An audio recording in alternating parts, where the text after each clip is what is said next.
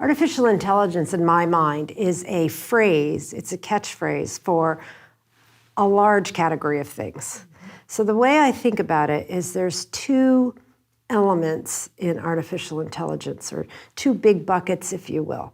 So the first bucket is the tracking of humans through a system, right? That's the whole data tracking, and that raises all kinds of issues around ethics and privacy and so on. In higher ed, where that's manifesting is in these large-scale systems where student behavior is tracked. And it can be used in very positive ways. So for example, there are big learning management systems for online courses that the algorithm can show that the students aren't showing up, and then it automatically sends a message to the faculty saying your student hasn't opened their homework assignment yet, and then the faculty is reminded to contact the student. Okay, that's a use of a kind of artificial intelligence. And that's just a tiny example of this whole container, this whole element of data, use of data to track behavior that then interventions result. That's happening in higher ed at scale. Fielding is not meant to be at scale ever. How many people get doctoral degrees, for example, or advanced degrees in general in the United States and in the world? Our job is a much more individualized kind of and personalized kind of program.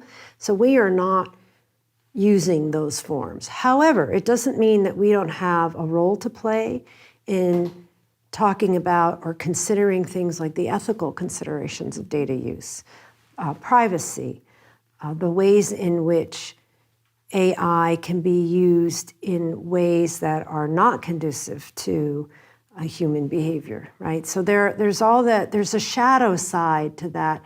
This particular element and container I think is important, but I bracket it a little because I see that happening in higher ed, but not so much overlap at fielding.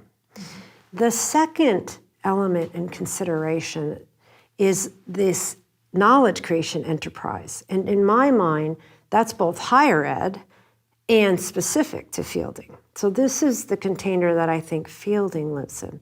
Really, the promise of graduate education is knowledge creation. It's new ideas, new scholarship, new research, new theoretical questions. It is about pushing society along incrementally but inexorably towards a greater understanding. And in our case, it's a greater understanding of society, right? Social sciences, greater understanding of psychology. All of these we're trying to do slowly and surely. That our ancestors started fielding, we're going to carry it to our descendants. And the idea is, what is our role between here and there?